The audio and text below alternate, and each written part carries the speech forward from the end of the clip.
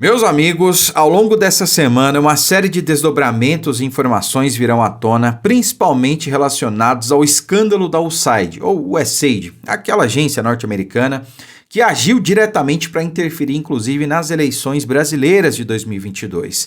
E o ministro Barroso, segundo denúncias de autoridades norte-americanas, está envolvido até o pescoço nisso. Talvez até mesmo por isso ele cogite aí antecipar a sua aposentadoria e correr lá para a Europa, né? Não sabemos, vamos aguardar aí mais informações. Mas de qualquer maneira, eu quero trazer aqui para vocês uma notícia que talvez nem todo mundo viu, mas eu peço encarecidamente que assista esse vídeo com muita atenção e compartilhe ao máximo. Porque veja só, a gente ouve, né, desde 2023 que houve um golpe no Brasil, ou uma tentativa de golpe. De fato, houve um golpe no Brasil, mas a gente não está falando daquela fantasia que foi o 8 de janeiro, com velhinhas com Bíblia e bandeira do Brasil debaixo do braço, né, que teriam atentado contra o Estado Democrático de Direito. Não, a gente está falando de algo que realmente pode ter mudado o rumo das eleições de 2022. E a Globo está envolvida nisso. É importante que você assista esse vídeo e compartilhe, porque tem muita gente que não está sabendo o que aconteceu. Olha só, ex-secretário dos Estados Unidos acusa Grupo Globo de inflar números da Covid no Brasil para atingir Bolsonaro e minar popularidade do governo durante a pandemia. Bom, durante a pandemia, eu me lembro muito bem que, cara, tudo era pastel de flango. Tudo, cara. Você ia no posto de saúde, eu tô com coriza, tô com dor de cabeça, tô com não sei o quê, colocavam lá pastel de flango, né?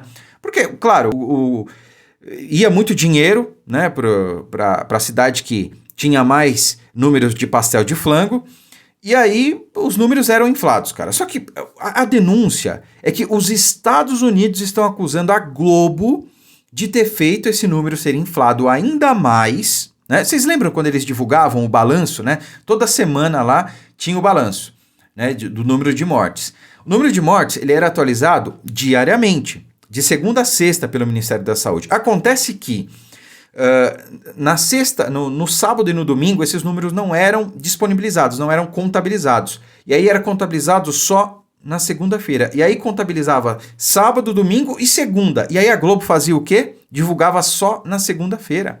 Para dar a ideia de que estava morrendo muito mais gente por dia, só que na verdade não era aquilo, né? Então eles inflavam os números, eles faziam um malabarismo, tudo para fazer as pessoas entenderem ou pensarem que realmente estavam morrendo muito mais pessoas do que realmente morreram, né?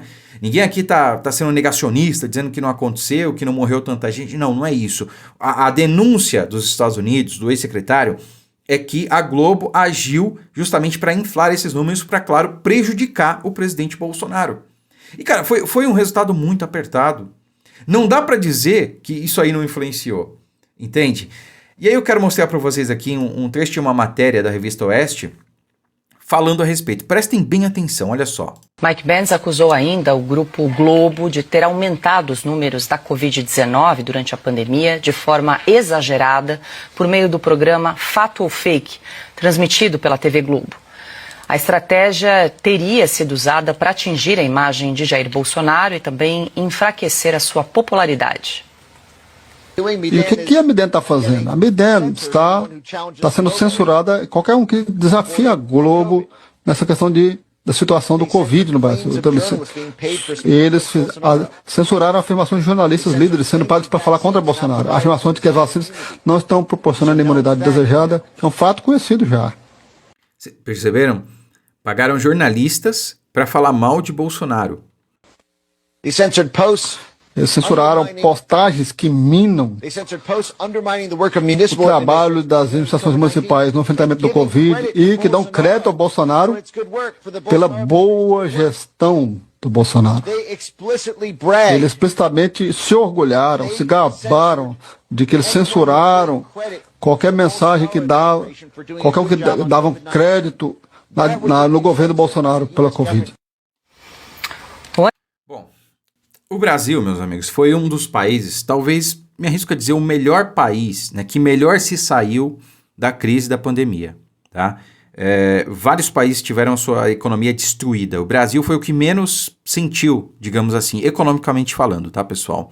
Por quê? Bolsonaro, junto com Paulo Guedes e toda a equipe econômica, agiu rápido e agiu muito bem no sentido de preservar vidas, mas também empregos, né? Bolsonaro sempre dizia, emprego é vida, né?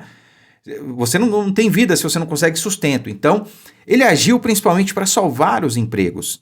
Deu financiamento para empresas, deu auxílio para empresas, renúncia fiscal, cara, fez o que pôde, teve auxílio emergencial, uma série de questões visando manter a economia, manter os empregos, manter as empresas abertas. E mesmo assim agiu diretamente no combate à pandemia. Foi um dos primeiros países do mundo a comprar a vacina, distribuiu tão logo foi aprovado pela Anvisa, né? Tinha imbecil aqui, não tem outra palavra, que queria que Bolsonaro distribuísse a vacina sem estar aprovado pela Anvisa. A Anvisa é a agência regulatória, né? Não tem como fazer isso. Se ele fizesse, incorreria em crime de responsabilidade fiscal e poderia sofrer impeachment, né? Mas enfim, é idiota pra tudo nesse país, né? Até pra falar esse tipo de besteira. O pior é que teve médico falando isso. Médico dizendo que Bolsonaro deveria ter liberado a vacina antes. Como? Tinha que esperar a aprovação pela Anvisa, né? Não pode ser irresponsável a esse ponto. Mas enfim, a gente viu que os números, economicamente falando, aqui do Brasil foram os melhores do mundo, ou um dos melhores do mundo. Só que jornalistas foram pagos por agências norte-americanas para falar mal, para mascarar esses números e para não dar crédito ao presidente Bolsonaro. E é óbvio que isso interferiu no resultado das eleições. Porque, veja, muita gente deixou de votar no presidente Bolsonaro porque acreditava no que era massificado pela velha mídia e principalmente pela Globo, que o Bolsonaro era o causador de tudo isso, porque estava morrendo centenas de milhares de pessoas e a culpa era do Bolsonaro, quando na verdade, lamentavelmente, morreu no mundo todo, não é? Então, isso tudo está vindo à tona agora, é só a ponta do iceberg. Durante a semana, mais informações virão à tona. E isso aqui, meus amigos, pode levar, sim, a uma reviravolta total nesse caso. Né? Não digo aí anulação de eleição, mas alguma coisa vai acontecer, e alguma coisa muito grave. Agora, olha só, não para por aí, porque o governo dos Estados Unidos emitiu uma dura nota ao longo da semana passada também, e acusa diretamente o ministro Alexandre de Moraes de causar a crise institucional, de romper aí essa, digamos, histórica relação diplomática que os Estados Unidos têm com o Brasil e vice-versa. E Donald Trump acusa também o ministro Alexandre de Moraes de ser um ditador que usurpou o poder no Brasil. Eu quero ler aqui um trecho de uma nota para vocês que realmente é duríssima, meus amigos. Olha só. Isso aqui é do vice-secretário de Estado dos Estados Unidos, Christopher Landau. Ele declarou o seguinte, abre aspas, a separação dos poderes em um Estado é a maior garantia de liberdade já concebida pela humanidade. Nenhum poder, nem mesmo uma pessoa, pode acumular autoridade excessiva se for controlada pelos demais. É isso aí. Né? Democracia não se baseia nisso, tá? Centralização de poder, isso aí é outra coisa. Isso aí beira um regime fascista, como era na Itália de Mussolini, como era na Alemanha de Hitler, né? Fascismo, centralização do poder, controle dos meios de produção, enfim. Mas uma separação formal não significa nada se um dos poderes tiver meios de intimidar os demais a abrir mão de suas prerrogativas constitucionais. O que está acontecendo hoje? O Congresso está sendo chantageado. Inclusive o deputado Sóstenes Cavalcante, líder da oposição, usou essa expressão. Ele disse, nós estamos sendo chantageados. Parlamentares estão sendo chantageados pelo STF. E a nota aqui do secretário de Estado norte-americano diz basicamente isso, né? Isso não pode acontecer, senão não é uma democracia. O que está acontecendo agora no Brasil ressalta esse ponto. Um único ministro do STF usurpou o poder ditatorial ao ameaçar líderes de outros poderes ou suas famílias com detenção, prisão ou penalidades. Essa pessoa destruiu a relação histórica de proximidade entre Brasil e Estados Unidos ao tentar, entre outras coisas, aplicar extraterritorialmente a lei brasileira para silenciar indivíduos e empresas em solo norte-americano, né? Esse termo extraterritorialmente, né, quer dizer o seguinte, ele tentou fazer com que a jurisdição dele, que é aqui do Brasil, valesse lá nos Estados Unidos sobre cidadãos americanos, tá bom? Basicamente isso. Aí, finalizando. A situação é sem precedentes e anômala, justamente porque essa pessoa veste uma toga judicial. Sempre é possível negociar com líderes dos poderes executivos ou legislativos em um país, mas não com um juiz, que deve manter a aparência de que todas as suas ações são ditadas pela lei. Assim, nos encontramos em um beco sem saída. O usurpador se reveste do Estado de Direito, enquanto os demais poderes afirmam estar impotentes para reagir. Se alguém conhecer um precedente na história humana em que um único juiz não eleito tenha assumido o controle do destino de uma nação, por favor, avise. Queremos restaurar nossa amizade histórica com a grande nação do Brasil. Cara, isso aqui é um tapa na cara de todo mundo, principalmente do Congresso Nacional. Mostra que Alexandre de Moraes, apesar de não ter citado o nome dele, obviamente está se referindo a ele, acabou com a relação que existia historicamente entre Brasil e os Estados Unidos. Mostra que os Estados Unidos eles querem manter essa relação, mas que um único juiz não eleito, usurpando prerrogativas que não lhe cabem e que deixa inclusive os outros poderes inoperantes e impotentes para reagir a tal ilegalidade ou a tais ilegalidades e chantageia esses poderes, impede que essa relação possa ser restaurada.